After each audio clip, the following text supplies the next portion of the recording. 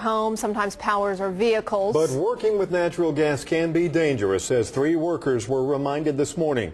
A gas line they were doing maintenance on in Grady County suddenly exploded, sending all 3 to the hospital, one of them reportedly in critical condition. News 9's Gan Matthews is at the scene of the explosion near the town of Pocasset with the very latest for us now. Gan, update us.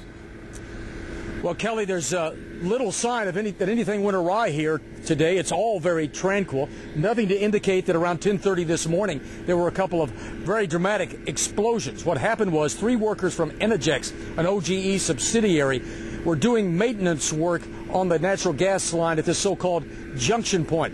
Somehow, a spark met the gas, and as a result, no one who lives in this area will soon forget what happened next.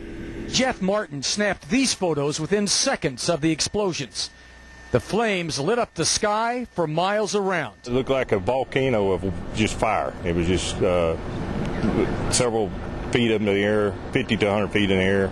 We could see it from Chickasha. Witnesses said the second blast, seconds after the first, was even more dramatic. That's when the giant fireball, we could feel the heat here. We're 3/4 of a mile. 2 of the workers dragged the third from the inferno. He was airlifted to Oklahoma City. The other 2, with lesser injuries, went by ambulance. Didn't know where they are. Dylan Rainey had a different worry. 40 head of his cattle that had been grazing near the explosion site were nowhere to be found. I'm sure the explosion scared them. They just took off running in a group. Sky News 9 HD spotted the cattle from the air. They had taken refuge in some trees near a stream.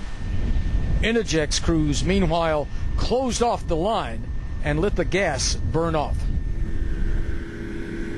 Now, I checked with OG&E. They said that this rupture in the line, this gas that went up in flames, it won't have any effect upon the availability of natural gas to its customers, though it might prove difficult for some of the suppliers of natural gas to collect natural gas. And even though it was very dramatic, this explosion should have no effect whatsoever on the price of natural gas.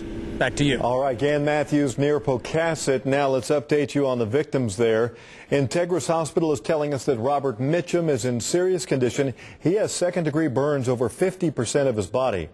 Kevin Venable is being treated for minor burns and will be discharged, we understand.